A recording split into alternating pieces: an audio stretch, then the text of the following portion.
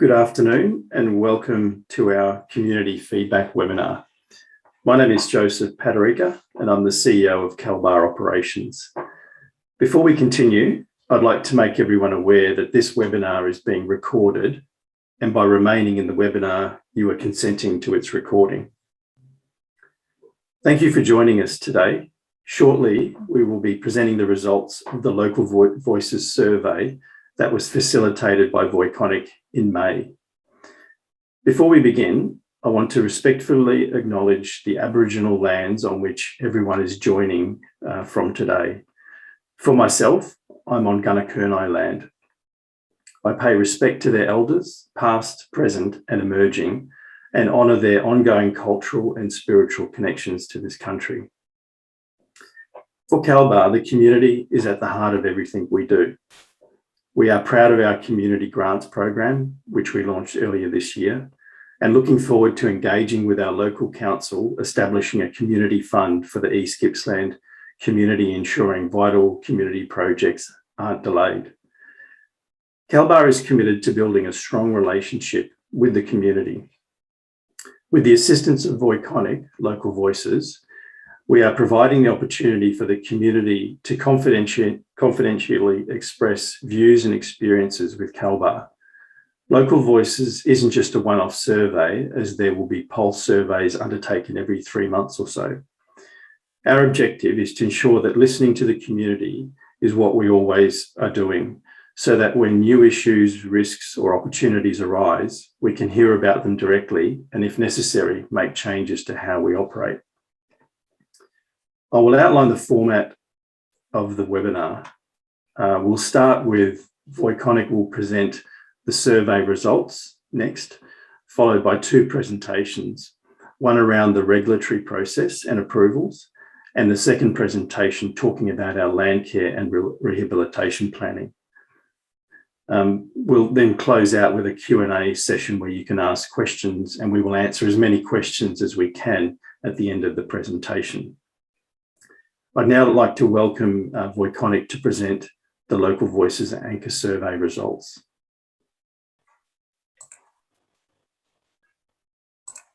Thanks, Joseph. My name's Sefton Darby, and I'll just get some content up on the screen. So my name's Sefton Darby. I'm working with Voconiq, and we're a small spin-off company. We were spun out of CSIRO about 2.5 years ago, and came out of a body of research, about kind of a decade of research, looking at what are the factors that really matter in the relationship between communities and organisations, and diving deep into the factors that really drive and influence trust between communities and companies or projects like this. And CalBar invited us in to run our Local Voices process, which, as Joseph said, is that opportunity to get a community voice, an unfiltered voice, confidential voice directly inside the company. That's our background. And the first anchor survey, which we ran, was run in kind of April, May during this year, and was quite a long survey. And we had 443 responses to that survey, about a kind of a 3/4, 1/4 split between East Gippsland and Wellingtonshire. We had the overwhelming majority of people had never worked for CalBar before. The vast majority of people were long-term residents of the area.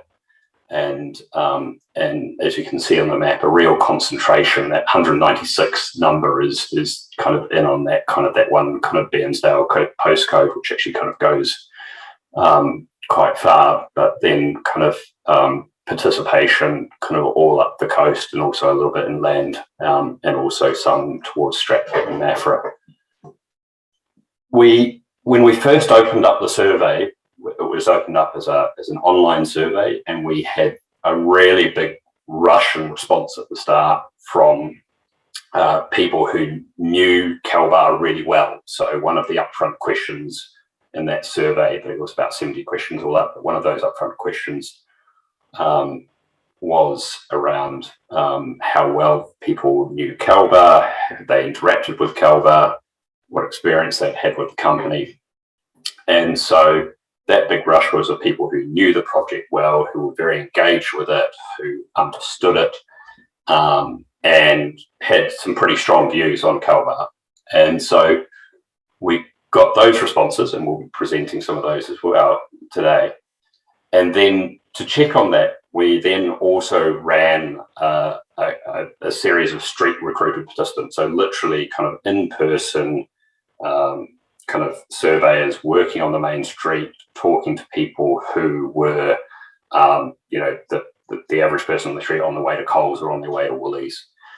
And it developed two very different groups and different profiles of people with very different sets of concerns around Kalbar and how they're operating.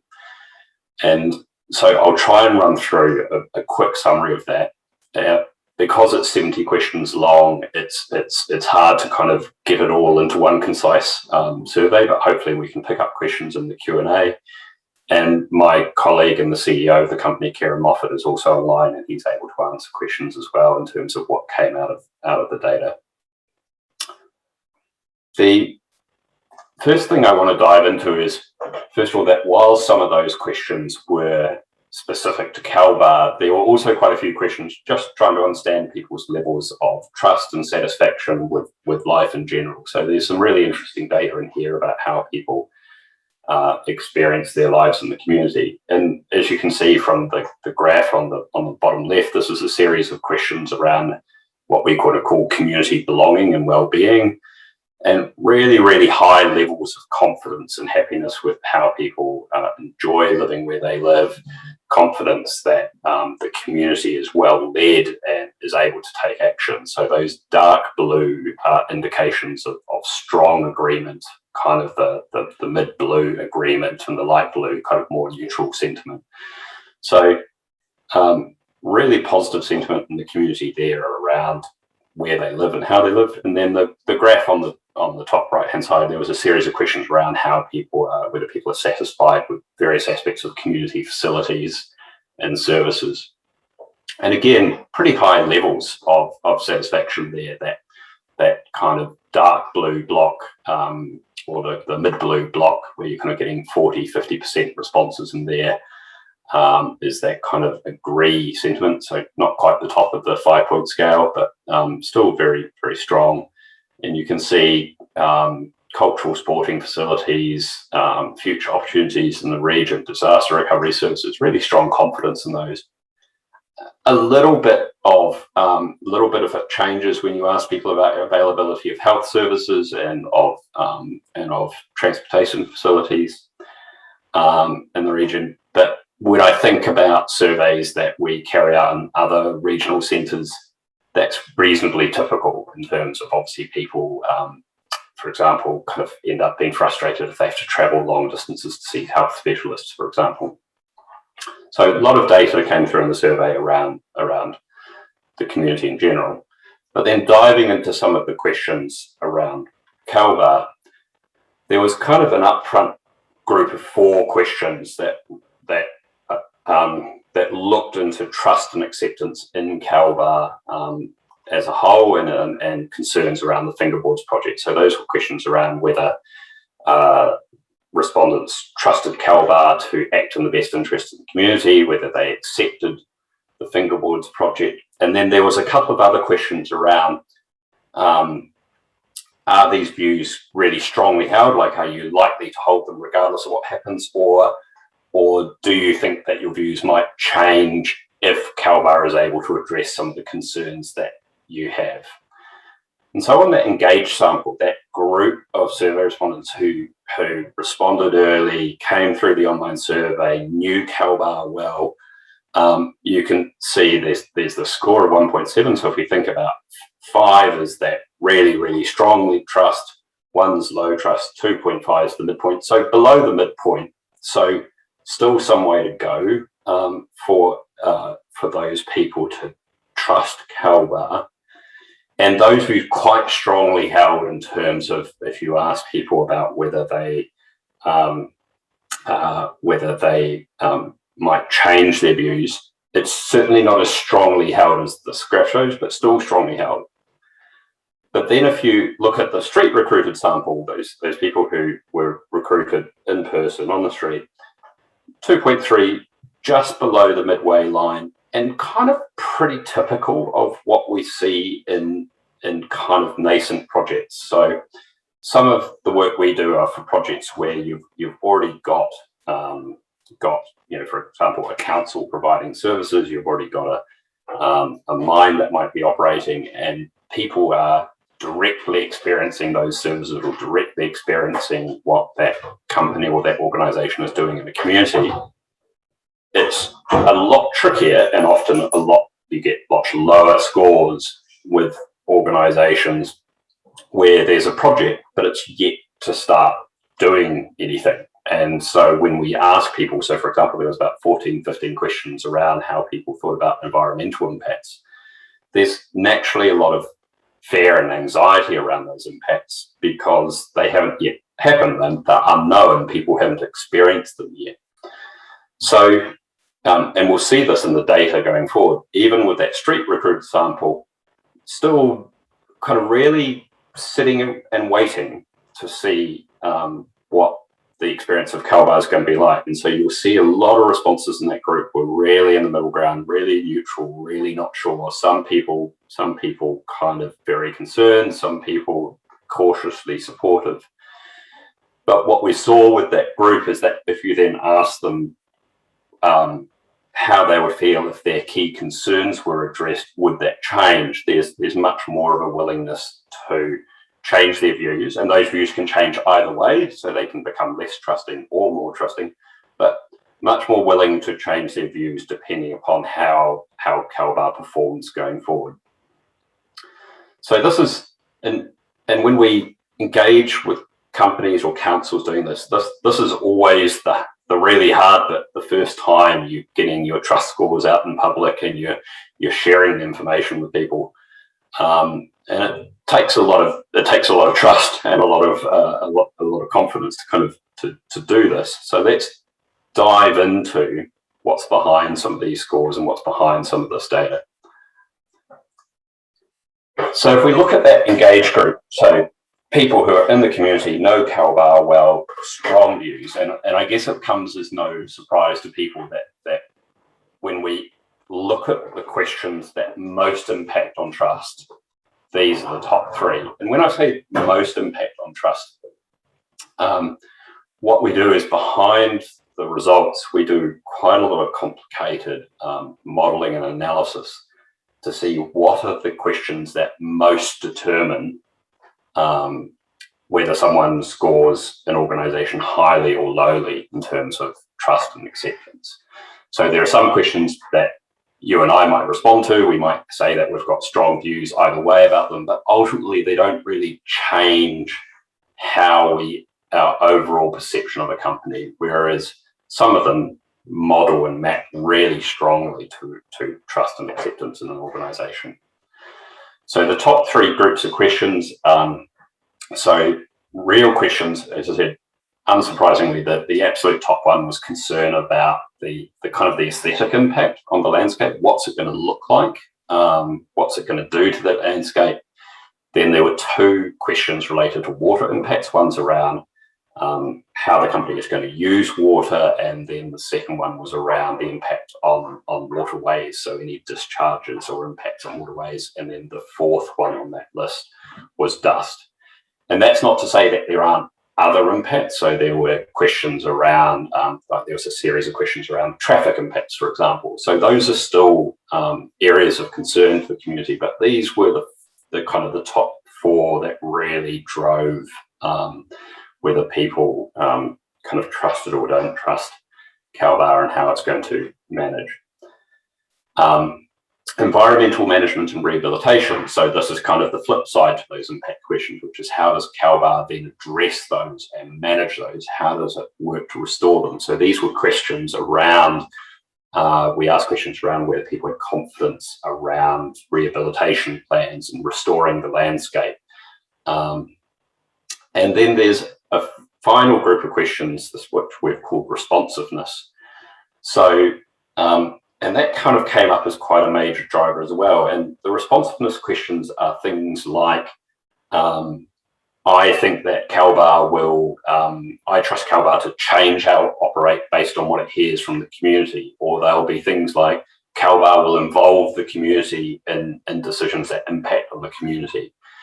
And interestingly, across Australia, we see responsiveness kind of often coming up in that top 3 issue, that it's not just a simple question of environmental impacts or economic impacts, but it's about communities wanting to have that relationship with the company and wanting to know that the company is listening and will change what they do if they hear really strong levels of concern.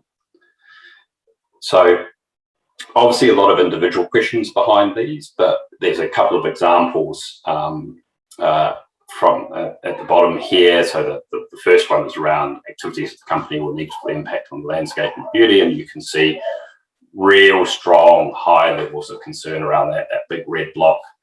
And then that second point around environmental management and rehabilitation, around whether people have got confidence around those rehabilitation efforts. And these big blocks of red really, really matter because the modelling shows that these are the areas that people are going to be really assessing CalBar's performance on. So if CalBar can reassure people in these areas, can explain how that environmental management and rehabilitation process works, then that's what's going to be of most interest to people. I'm now going to skip to that street recruited sample. So the kind of the people who didn't necessarily know CalBar so well, even typically rated their knowledge of mining much lower, rated their knowledge of mineral sands much lower. And they have, interestingly, quite a different group of things that drove trust and acceptance in the company. And that top one, which I always find interesting, because in another life I used to be a government regulator, is belief in regulation. And so there's a group of questions in the survey around whether there'll be checks and balances that hold the company to account, whether the company itself has standards and policies that will hold itself to account, and whether government agencies and regulations will ensure that the company is being monitored, and that it will be doing things according to the conditions of the mining permit or the environmental approvals. And so that group of questions around belief in regulation is the single greatest determinant of whether people trust CalBar in that street recruited group of survey respondents. The second area was around fair investment in the community. And a lot of people skip past the word fair when they see this one, because it comes up quite commonly in regional communities in Australia, which is it's not just about how much money might be going into community, but it's actually about who it goes to, and that different groups and different areas of need are met, that it's not seen as just going to particular interests or particular groups. And so being able to demonstrate, whether it be through community grants programs or through local content and local procurement, that there's really real fairness in terms of how those benefits accrue to the community will be really, really key for the company. And then the third one, which is probably kind of similar to the environmental impacts on the previous slide, probably of no surprise, was the group of questions around CalBar generating jobs, training opportunities for local businesses to provide goods and services. And if you look at the graphs that we've kind of put here, and in these graphs, we've actually kind of split out that street recruited versus engaged sample, so you can see the difference. But what you can see in that street recruited sample of people who carried out the survey is, as I said at the start, a lot of people who are really unsure that those big blocks of light blue, so 40% on the first graph, 51% on the second graph, that's that neutral sentiment of people that that they don't disagree, they don't agree, they're waiting to see how things play out. And so these three areas, and in terms of how CalBar responds to them, are going to be really, really, really important drivers for the community going forward. And certainly our experience is that belief in regulation is a really challenging one, and because the regulatory environment is incredibly complicated, and actually kind of CalBar's still in the middle of that now, having gone through the hearings process, and I know reports are due to go to ministers, and that regulatory process, whether it be around environmental approvals or mining permits, is still ongoing. And it's often quite hard for people to navigate that, to know which agency is responsible for which aspects of regulation, or even to know where to find information about how the company will be regulated. So that's often a challenge, not just for the company, but for local government agencies as well. And then if you dive in kind of almost to the next layer of questions in the survey responses, you can find a series of opportunities and challenges for CalBar in here. So one of the really obvious opportunities is that there's some kind of optimism around the opportunities for local businesses to supply goods and services to CalBar, but still kind of almost even splits there between people who are confident around that, people who are neutral, people who disagree or strongly disagree. And so following through on local content policies, so that the idea that opportunities with CalBar will go to local businesses, not just kind of businesses from anywhere, will be really, really important. Community grants, I know, is really just up and running, and I think had the first round had just launched around the time that that this survey had taken was launched. So still pretty low levels of awareness. So if we added up the three kind of top areas, so that kind of moderate awareness, very aware, extremely aware of the program, still only 49% had some level of awareness of the grants program. So it would be interesting to see whether that's changed in future surveys, whether people become more aware of that. And then if we kind of go down to the third one, which I've pulled out, and as I said, these are kind of examples from the 70 different questions. The water use question, which I talked about before, the impact on quality in lakes and rivers is such an important issue, and obviously such an important issue in a region with really strong kind of agriculture and horticultural industries. So that voice of those industries, and in fact, if you saw at the very, very start, I think when we asked people who are employed to indicate what industry they worked in, there was actually a pretty strong response from people in the horticultural and agricultural industry. That response, that voice of concern around water use and water discharge is heard well and truly throughout the survey. So it's a really good opportunity for people in other industries, other sectors to use the local voices survey to convey those concerns to the company. In terms of what happens next, as Joseph said, the interesting thing about local voices is that our experience is you can do a one-off survey, but you kind of need to follow it up and keep on listening, because people's concerns at the start of the year may be very different from where they are now to where they will be in 6 months from now. And our experience from working with companies and even with councils is they often get surprised by issues because the last survey they did was 2 years ago. And I think about some of the work I've done in this area in the past couple of years ago, where we cycled through in very quick succession from drought to bushfires to COVID in the space of about 6 months in some of these communities, and so keeping on top of how communities are experiencing that and how their concerns change is a really, really key thing for organisations to do. So, so there will be the first pulse survey, so they're much shorter than the original survey, but they'll continue to measure some of those key questions going forward, and CalBar will continue to publicise the results of those surveys. And of course, part of the survey process was that for that first survey, people could nominate any community group they wanted to receive a $10 reward for that. So there were 443 participants, so just under $4,500 worth of responses went back to community groups. And as a community groups nominated by the people who took the survey themselves, not nominated by us, not nominated by CalBar. It's much more of an arm's length process.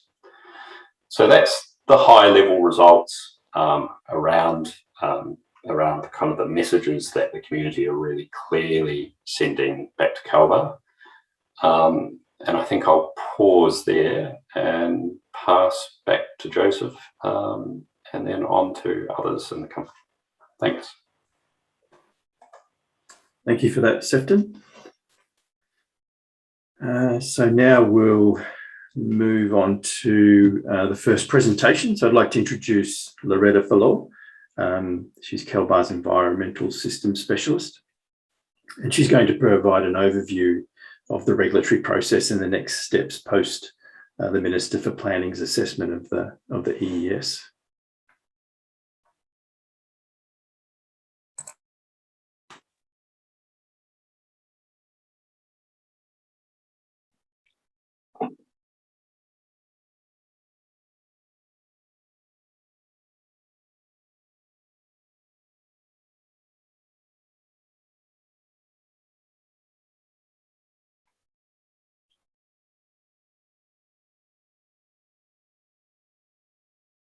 Oh, thanks, Joseph.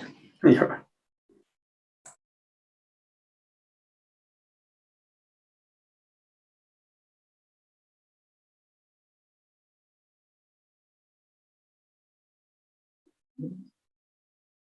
Sorry, I'm just a little bit new to me.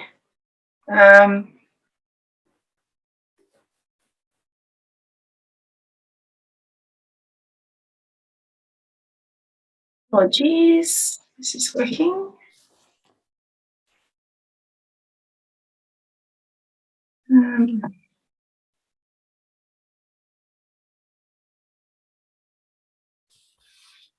Having trouble sharing the screen? I am, but I think this should be working now. Oh, yeah. Perfect. Sorry. There? Okay.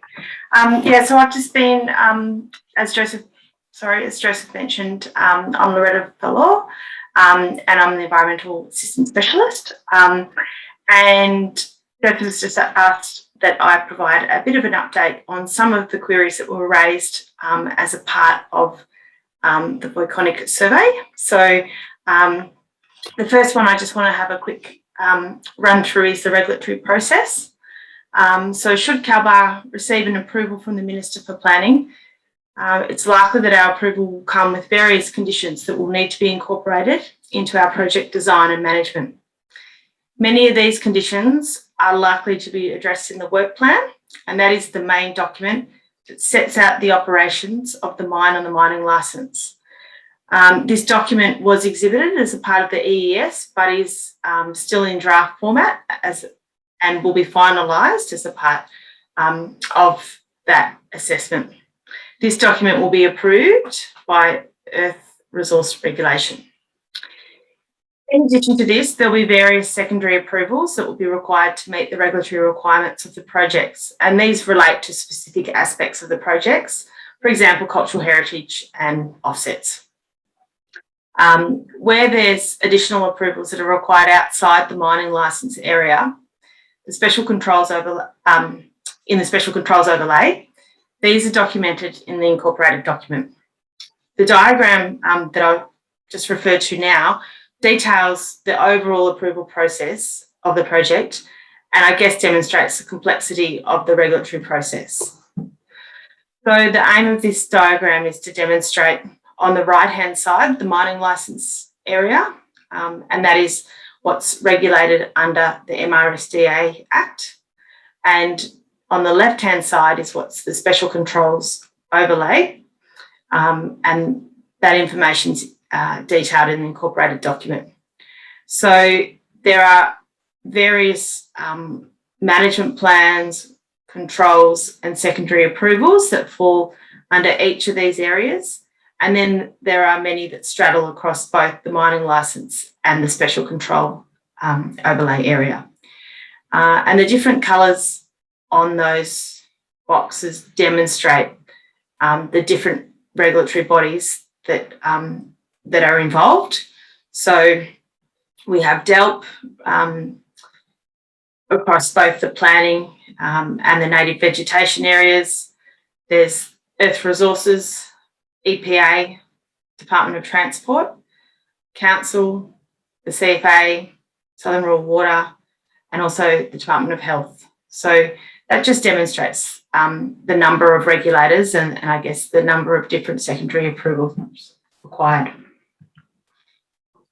And I've just been asked to also provide a bit of a background on a couple of issues that were raised as a part of the survey. The first query was about how the community can know that the modelling is representative of what will happen and how can they be sure that the design of the mine incorporates this modelling. So the modelling that's been undertaken for the project has looked at various scenarios and has been developed by specialists in their respective fields. CalBar have in many instances run the modelling with impacts that would represent worst case scenarios. The modelling and output data has been available for scrutiny to the expert witnesses and regulators have had the opportunity to review, question and test assumptions and modelling methodologies in the IAC panel process. CalBar will continue to work with our specialist consultants to improve the inputs in the modelling as we continue to collect data from our site to inform our design and management operations. In addition, we've committed to having an independent technical review committee that will assess technical aspects of our project's design.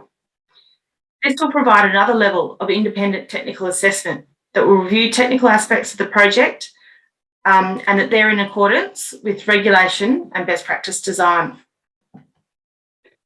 And the other topic I just wanted to cover off was monitoring. So what monitoring are we doing? How's it going to happen and how it will be used? So clearly monitoring is going to be a key part of demonstrating our compliance for the operational aspects of the project. Background monitoring has been occurring already for several years and includes surface and groundwater, event monitoring, background radiation levels, noise and air quality. Detailed monitoring plans have been developed and by consultants in each of the various fields, and many of these have been tabled as a part of the EES process already. Monitoring details are contained within the restreatment plans, and specific commitments around monitoring are detailed in the mitigation measures, both of which were tabled as a part of the IAC process. We will have real-time monitors will be used to implement reactive management controls when trigger levels are reached, for example, specific wind or climatic conditions that will change our practices on site. We will be providing regular monitoring updates, compliance details and real-time monitoring results through our webpage, along with reporting on regular basis to regulators, the Environmental Review Committee and the Fingerboards Community Reference Group. And these are just some of the snapshots around some summaries of air quality, noise and vibration. And I appreciate they're probably a little bit difficult to read or view, but we will be putting these up on our website to give some further information about our monitoring programs. And that is my presentation. Thank you, Loretta. I'll now introduce Dr. Paul Gibson-Roy. So Paul is CalBar's Ecological Restoration Manager, and he's going to talk about the work that we're been undertaken to date in seed gathering, grasses, and plant production ready for the rehabilitation of the mining areas. I'll just hand over to Paul. Thank you, Joseph.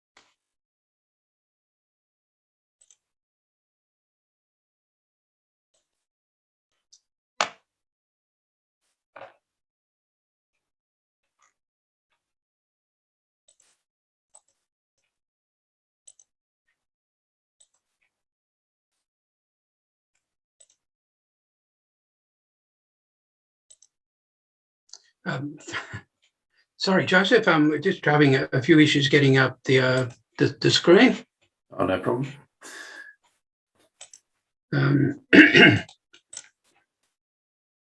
Just while you're doing that, I might just answer a question that's come through after Sefton's presentation. So the question was, how will CalVar provide feedback on the pulse survey data in the future?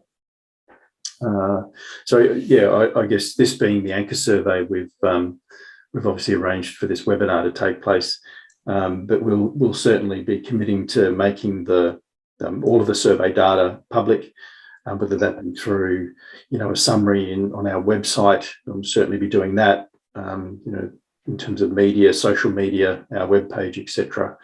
And then we'd certainly consider additional webinars as required. Sorry, I'll hand back to you now, Paul. Thank you, Joseph. And good afternoon, everyone. Thank you for this opportunity to talk. I am, as Joseph mentioned, the person overseeing our rehabilitation project. And I will just ask to address a few of the issues that came out or teased out in terms of concerns around rehabilitation. And broadly speaking, what I'm going to touch on in the points are the mining sector's record with rehabilitation and our confidence around that or otherwise. The type of mining that we're actually undertaking and rehab that we're undertaking as a part of a mineral sands mine. Also, what CalVar are proposing to do in terms of our rehabilitation, and to sum up at the end, really just touch on what we've actually done until this point. So, rather than waiting for a go-ahead from the minister and then starting work, we've been working furiously in the background to actually make sure we're ready to go. So we have had concerns raised through the survey about people who are worried about historic mine rehab that has been poorly done. And clearly there are many examples of that over the long history that mining's been occurring in Australia. But it is probably true to say that in recent decades, mine regulation and rehabilitation in particular, regulation and requirements have changed quite radically right across Australia. And so now regulators are making sure that mines are living up to their regulatory conditions.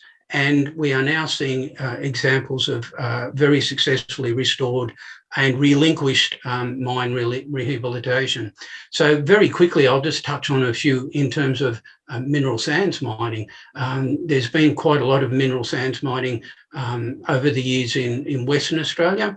And just touching on one particular company, Crystal, who are now under a different ownership. But over that time, they've had 17 of 21 mines rehabilitated and relinquished successfully to regulators. So that means that they've met all the conditions required, and there's 3 more undergoing closure. But here, probably more powerful images. Another one in Western Australia, Yoanup mine. You can see here just some time-lapse video images showing, an operational mine in 2005, in 2016, after it's been completely rehabbed. And again, you do get a very clear sense that it's been successfully returned to its prior land use, which was agricultural. A very similar example in another mine at Warrana. Again, the pre-mine location, the active mine, and this mine itself is located very close to an actual township. And there it is 3 years after its closure. Again, vegetation fully restored. So I wanted to touch very quickly on the type of mining that we're going to be doing as a part of the project. What sets mineral sands mining apart from what other types of mining do in terms of what people perceive. And so, for example, if you think of the big open cut coal mines, open pit coal mines, the mineral sands mining is very different to that. And I wanted to make a few sort of 2 key points about this.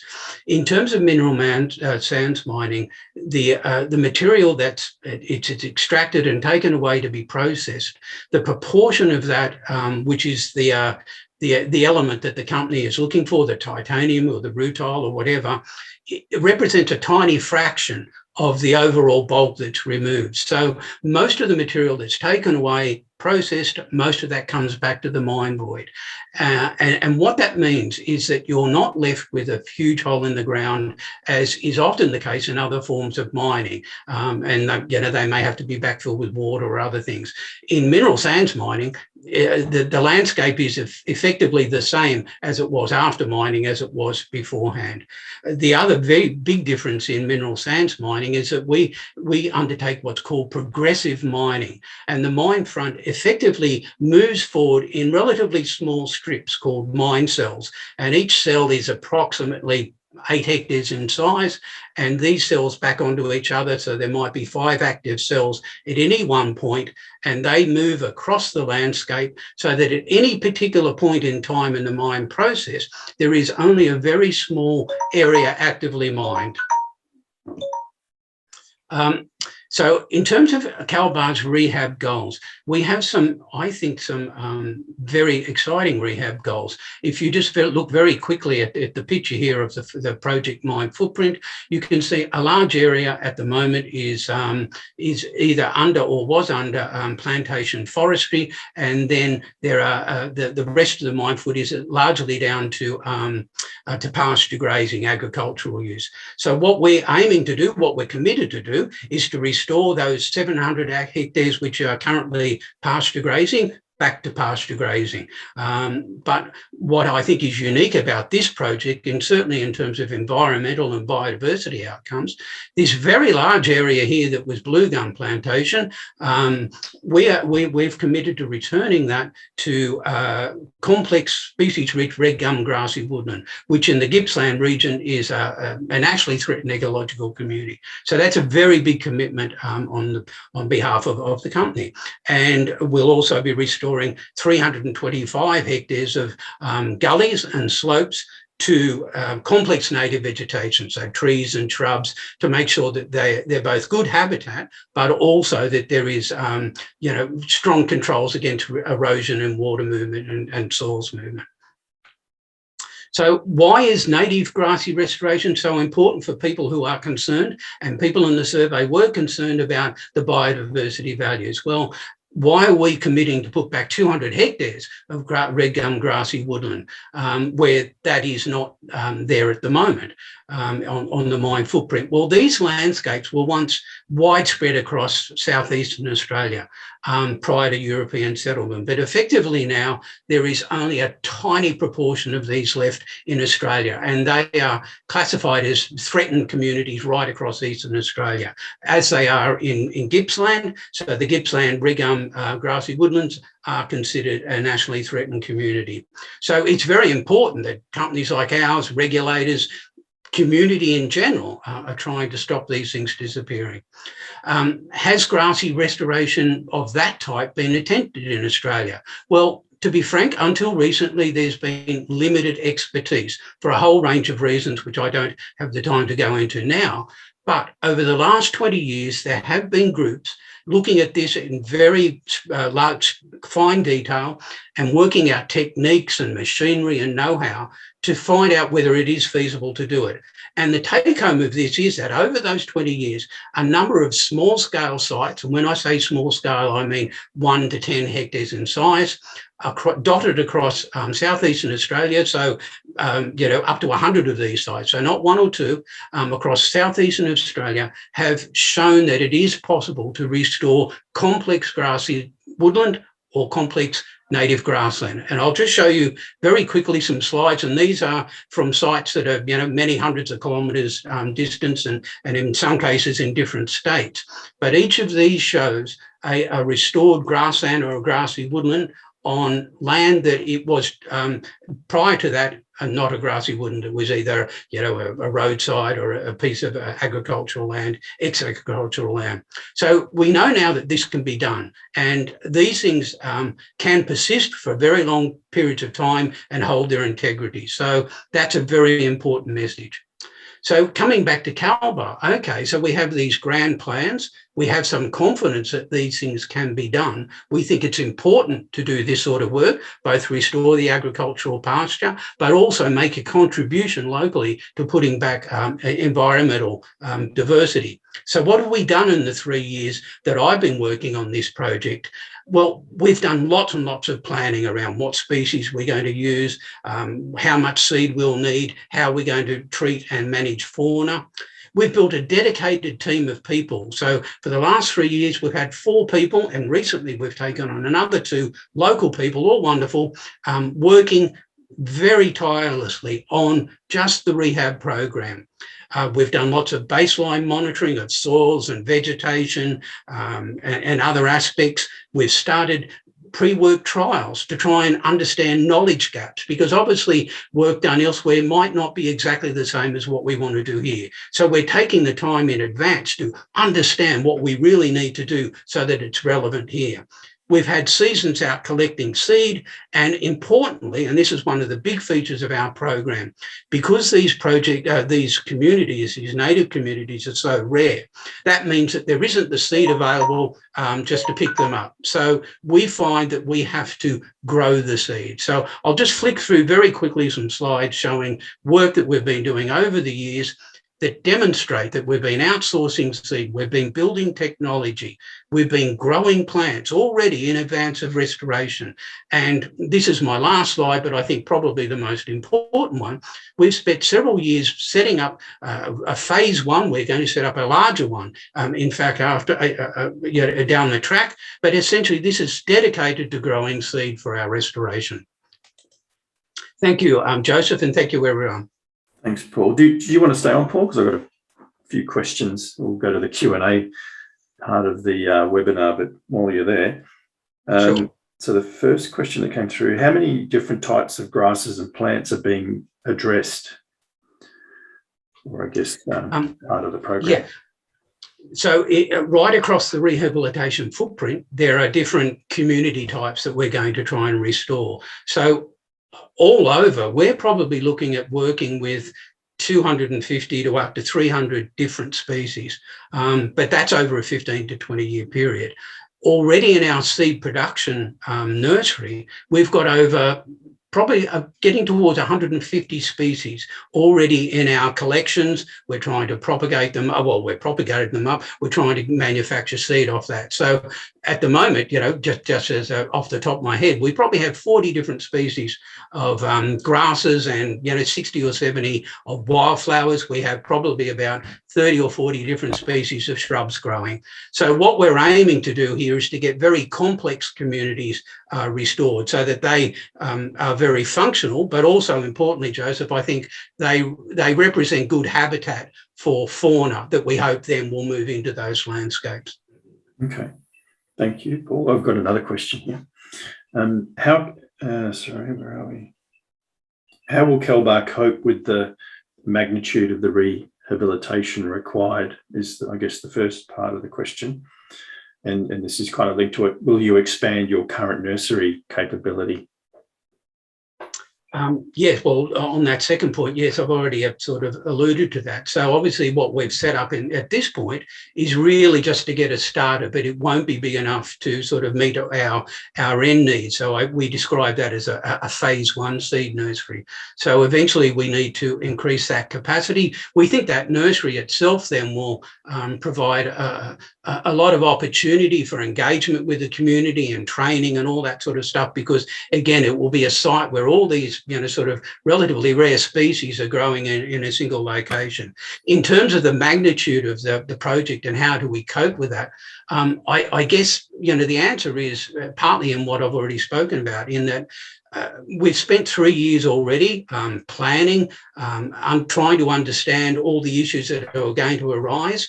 One of the unique parts of a project like this, a mine project, is that we have a very long period to work under. So the mine itself might be active for 15 to 20 years. We've been working 3 years in advance of that.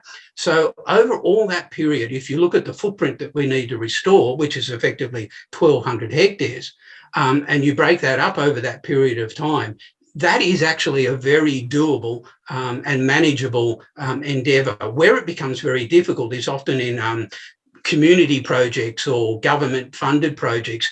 You've got a very, very short time period to get a lot done, and that is often unrealistic. So one of the actual good things about our environmental project is that we have the time frames and, to be frank, the budgets that can allow us to do all the sort of things that we're actually aiming for. Okay, thank you very much, Paul. I think they're the questions for yourself. The next question I might throw to Sefton, if you're still there. Hi. So there's a question around, I guess, the pulse surveys. There's a question on how can people get involved? Will it be advertised? And I guess this isn't a question, but a very good point that the person's raised. Obviously, community feedback via surveys is integral to know what the community is thinking. So, I guess, how do people get involved in the pulse surveys? Yeah, so the first easy response was, if you filled out a response for the anchor survey, you will be invited to participate in the pulse survey. So those people, we hope, will keep on providing feedback, but then you'll definitely see it through, there's a Local Voices East Gippsland and Wellington Shire's Facebook page and web page. I'm sure it'll be promoted through the Calabar kind of pages as well. But there's no limitation in terms of who responds or how many people respond. From a data point of view, the more the better from our point of view.